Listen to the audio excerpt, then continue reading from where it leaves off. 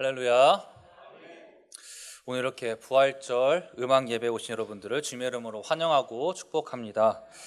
이 시간 특별히 임마누엘 찬양대에 부활절 칸타타가 준비되어 있는데 그 전에 잠깐 제가 하나님의 말씀 짧게 전하도록 하겠습니다. 이 시간 함께 나눌 말씀의 제목은 부활을 믿는다면입니다. 여러분, 부활절은 우리 기독교가 지키고 있는 여러 가지 절기 중에 가장 중요한 절기입니다. 왜냐하면 그리스도의 부활이 없으면 우리가 믿는 복음은 고린도전서 15장 14절에서 바울이 이야기하고 있는 것처럼 우리가 전파하는 것도 헛것이요 또 우리의 믿음도 헛것에 불과하기 때문입니다. 자, 그렇다면 예수님께서 십자가에 달려 죽으셨다가 다시 부활하신 이 사건에서 우리는 어떤 의미를 발견할 수 있을까요? 본헤퍼라는 신학자가 이런 말을 했습니다. 우리 함께 읽어볼까요? 자, 시작. 교제에서 얻은 힘으로 홀로 있는 사람은 복되다. 또 홀로 얻은 힘으로 교제 가운데 있는 사람도 복되다. 자, 여러분, 이 말의 의미가 무엇인지 한번 잘 생각해 보시기 바랍니다. 자, 그 전에 여러분, 우리는 예수님으로부터 부름받은 존재들입니다. 믿으십니까? 자, 그러면 예수님은 우리를 불러다가 놓고 어떤 말씀을 하셨습니까? 하나님 나라와 구원에 대해서 말씀하셨습니다. 자, 그러면 우리에게 주님이 말씀으로 명령하신 것은 무엇일까요? 바로 나를 믿고 따르라 라고 하셨습니다. 이 명령은 나를 믿고 따르라, 예수님이 말씀하신 나를 믿고 따르라 라는 이 명령은 곧 예수님께서 우리에게 내가 너의 롤모델이 되어주겠다라는 말씀과 같다고 할 수 있습니다. 자, 그러면은 예수님은 우리에게 어떤 롤모델이 되어주실까요? 자, 여러분, 예수님은 3년이라는 공생의 기간 동안 우리에게 어떤 모습을 보여주셨습니까? 예수님은 바로 나 자신만을 위해 사는 삶이 아닌 타자를 위하는 삶을 보여주셨습니다. 즉, 예수님께서 나를 부르신 목적에는 나를 위한 것도 있지만 한편으로는 타자를 위한 것도 포함되어 있는 것입니다. 예수님은 자기 자신을 위해 십자가에 달려 죽으셨다가 부활하신 게 아닙니다. 예수님 본인을 위해서 죽으셨다가 살아나신 게 아니에요.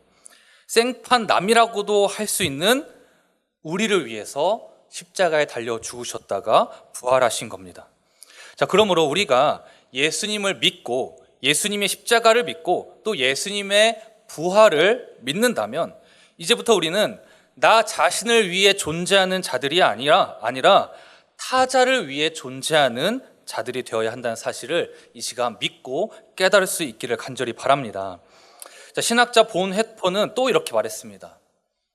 믿음은 복종의 행위로 인해서만 실제가 된다. 실제로 존재하는 것이 된다. 내가 아무리 믿습니다라고 입으로 고백한들 그 고백이 행위로 이어지지 않는다면 그건 애초부터 존재하지 않는 믿음이라는 것입니다. 실제하지 않는 믿음이라는 것입니다. 따라서 여러분, 예수님을 믿을 때 타자를 위해서 살아가는 행동이 저와 여러분 가운데 있기를 간절히 바랍니다. 그것이 곧 주님을 향한 우리의 믿음이 실제하게 되는 순간이 될 것입니다. 제가 아는 한 여자 청년이 있는데 그 여자 청년이 SNS에다가 이런 게시물을 올린 적이 있는 것을 제가 본 적이 있습니다. 거기에 쓰여진 글을 보고서 제가 감동을 받았던 적이 있는데 바로 화면에 띄어져 있는 게시물입니다. 뭐라고 쓰여져 있는지 잘 보이시죠? 서로 기도해 줄 수 있는 지체가 있는 것은 참 행복한 일이다 라고 본인의 SNS에 게시물을 올렸더라고요. 아마 교회 청년부 언니와 함께 카페에 갔다가 이런 게시물을 올렸던 것 같습니다. 서로 기도해 줄 수 있는 지체가 있는 것은 참 행복한 일이다. 여러분, 서로 기도해 주는 게 뭡니까? 우리가 다른 사람을 위해 기도하는 걸 중보기도라고 부릅니다. 자, 그런데 중보기도에는 단순히 상대방을 위한 기도다라는 것보다 더 깊은 의미가 있습니다. 바로 중보기도란 하나님께서 나에게 주신 사랑과 자비를 상대방에게 양도하는 것이 중보기도라는 것입니다. 나에게 임한 하나님의 은혜를 나 혼자 차지하려고 꽁꽁 싸매고 있는 것이 아니라 옆에 있는 형제 자매에게 빌려주는 것도 아니고 아예 양도해 준다라는 것이죠. 그렇기 때문에 여러분, 중보기도는 큰 의미에서 희생이라고 할 수 있습니다. 내가 받을 수 있는 주님의 사랑과 자비와 은혜를 값없이 내 형제 자매에게 양도해 주는 것이기 때문입니다. 이것이 절대 별게 아니라고 생각하면 안 됩니다. 주님의 사랑은, 주님의 자비와 은혜는 여러분 이 세상 그 무엇보다 귀한 것인데 남한테 뺏길 수 있습니까? 그 귀한 것을 남한테 뺏길 수 있습니까? 그럴 수 없겠죠. 주님의 사랑을 예를 들어서 뭐 금이나 다이아라고 생각한다면 절대 남한테 주기 싫을 겁니다. 내 집 깊은 서랍 속에다가 숨겨놓고 싶을 것입니다. 나만 꽁꽁 싸매고 싶을 것입니다. 그런데 금보다도 귀하고 다이아보다도 귀한 주님의 사랑을 값없이 내 형제 자매에게 양도해 준다? 그것은 두말할 것도 없이 분명한 희생입니다. 요한복음 15장 13절에서 14절을 보면은 사람이 친구를 위하여 자기 목숨을 버리면 이보다 더 큰 사랑이 없나니 너희는 내가 명하는 대로 행하면 곧 나의 친구라 라고 주님이 말씀하셨습니다. 여러분, 주님의 사랑과 자비와 은혜를 다른 사람에게 양도하는 것은 나의 목숨을 버리겠다는 것과 마찬가지인 것입니다. 왜냐하면 주님의 사랑은 내 생명보다 귀한 것이기 때문입니다. 내 생명보다 귀한 주님의 사랑을 중보기도를 통해서 내 형제 자매에게 양도해 준다. 그것은 내 목숨을 주는 것과 마찬가지인 것이죠. 따라서 주님의 사랑을 양도하는 중보기도는 내 목숨을 버리는 것과 같은 아주 큰 사랑입니다.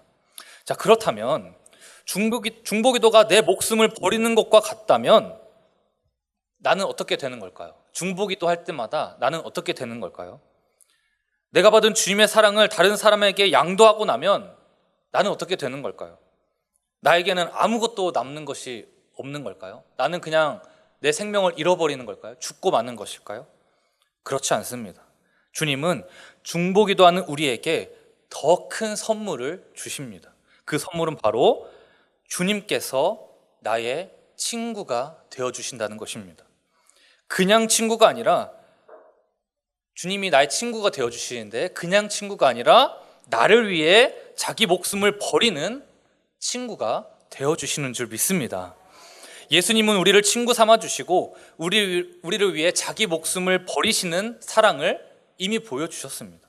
그렇다면 예수님께서는 그러한 희생의 결단, 그 자기 목숨을 버리는 그 희생의 결단을 어떻게 내릴 수 있으셨을까요? 어떻게 내리게 되셨을까요? 그 위대한 사랑이 어떻게 그냥 마음으로 끝나는 것이 아니라 행동으로까지 옮겨지게 될 수 있었을까요? 어떻게 그게 가능했을까요? 여러분, 처음에 말한 신학자 본 회퍼의 말을 기억하십니까? 한 번 더 띄워주시겠습니까? 교제에서 얻은 힘으로 홀로 있는 사람은 복되다. 또 홀로 얻은 힘으로 교제 가운데 있는 사람도 복되다. 여러분, 마태복음 26장 20절을 보면은 이 말씀을 세번역 성경으로 보면은 저녁 때가 되어서 예수께서는 12 제자와 함께 식탁에 앉아 계셨다라고 나옵니다. 이게 예수님이 잡혀가시기 전날 밤에 최후의 만찬을 하셨던 그 내용인데 예수님께서 12 제자와 함께 식탁에 앉아 계셨다라고 나옵니다. 이처럼 예수님은 잡혀가시기 전날 저녁에 제자들과 함께 마지막 만찬을 먹으면서 식탁 교제를 하였고 또 이 뒤에 떡과 포도주로 언약을 맺으신 내용이 나옵니다. 그리고 뒤에 30절을 보면은 그들은 찬송을 부르고 올리브산으로 갔다라고 나옵니다. 그들은 찬송을 불렀다. 예수님과 제자들이 함께 찬송을 부르는 시간을 가지셨던 것입니다. 이렇게 예수님은 제자들과의 식탁교제, 그리고 또 함께 찬양을 부르는 그 시간을 통해서 예수님은 힘을 얻으셨던 것입니다. 그리고 그 힘을 통해서 홀로 십자가 위에 올라가실 수 있었던 것입니다. 교제 가운데서 얻었던 힘으로 홀로 십자가 위로 올라가셨던 것입니다. 다시 말해 예수님은 교제를 통해 얻은 힘으로 인류 구원의 역사를 이루셨고 또 부활하셔서 영원히 우리 가운데 거하시는 그리스도가 되신 것입니다. 그러므로 여러분, 우리는 이 사실을 통해서 죽음을 이기는 힘은 사랑이다 라는 것과 또 세상을 이길 힘은 하나님을 사랑하는 것과 이웃을 사랑하는 것이다 라는 것을 우리가 알 수 있습니다. 요한복음 17장에 보면은 예수님께서 잡혀가시기 전에 하신 기도가 나옵니다. 여기에 보면은 예수님께서 4번이나 반복해서 하신 말씀이 있거든요. 먼저 11절을 보면은 나는 세상에 더 있지 아니하오나 그들은 세상에 있사옵고 나는 아버지께로 가옵나니 거룩하신 아버지여 내게 주신 아버지의 이름으로 그들을 보존하사 우리와 같이 그들도 하나가 되게 하옵소서라고 말씀하십니다. 그리고 뒤에 21절부터 23절에서도 연달아 말씀하십니다. 21절부터 한 절씩 보겠습니다. 아버지여 아버지께서 내 안에 내가 아버지 안에 있는 것과 같이 그들도 다 하나가 되어 우리 안에 있게 하사 세상으로 아버지께서 나를 보내신 것을 믿게 하옵소서. 다음, 내게 주신 영광을 내가 그들에게 주었사오니 이는 우리가 하나가 된 것 같이 그들도 하나가 되게 하려 함이니이다. 23절, 곧 내가 그들 안에 있고 아버지께서 내 안에 계시어 그들로 온전함을 이루어 하나가 되게 하려 함은 이라고 예수님이 말씀하십니다. 4번이나 반복해서 우리가 하나가 되어야 한다, 우리가 하나가 되어야 한다라고 강조하고 계십니다. 예수님께서 우리에게 사랑으로 하나됨을 강조하고 계신 게 여러분 느껴지십니까? 우리가 하나 되는 것이 중요한 이유는 23절 마지막 하반절에 나옵니다. 우리 함께 읽어보겠습니다. 23절 하반절 없나요? 없으면 제가 읽어드리겠습니다.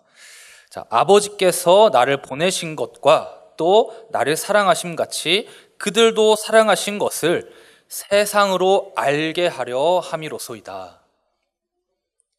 세상으로 알게 하려 함이로소이다. 바로 세상이 하나님의 사랑을 알게 하기 위함이다라는 것이죠. 즉 우리가 하나 되지 않으면 세상이 하나님의 사랑을 알기 어렵다라는 것입니다. 또 요한복음 13장 35절 말씀을 보면은 너희가 서로 사랑하면 이로써 모든 사람이 너희가 내 제자인 줄 알리라 라고 나옵니다. 우리가 하나님의 백성이고 예수님의 제자인 것을 세상 모든 사람들이 알게 하기 위해서는 어떻게 한다고요? 우리가 반드시 서로 사랑해야 한다. 또 사랑으로 하나가 되어야 한다라는 것입니다. 그리고 그것을 예수님께서 간절히 우리에게 바라고 계신 줄 믿습니다. 그러므로 우리가 예수님의 십자가 죽음과 부활을 믿는다면 그 믿음을 실제하도록 만들어야 되는데 그 믿음을 실제하도록 만드는 행위는 무엇이라고요? 사랑. 바로 여기 모인 우리 모두가 사랑으로 하나 되는 것인 줄 믿습니다. 저와 여러분 모두가 부활의 믿음을 가지고서 사랑으로 하나 되기를 힘쓰는 주님의 복된 자녀가 다 되실 수 있기를 간절히 소망합니다. 함께 기도하겠습니다.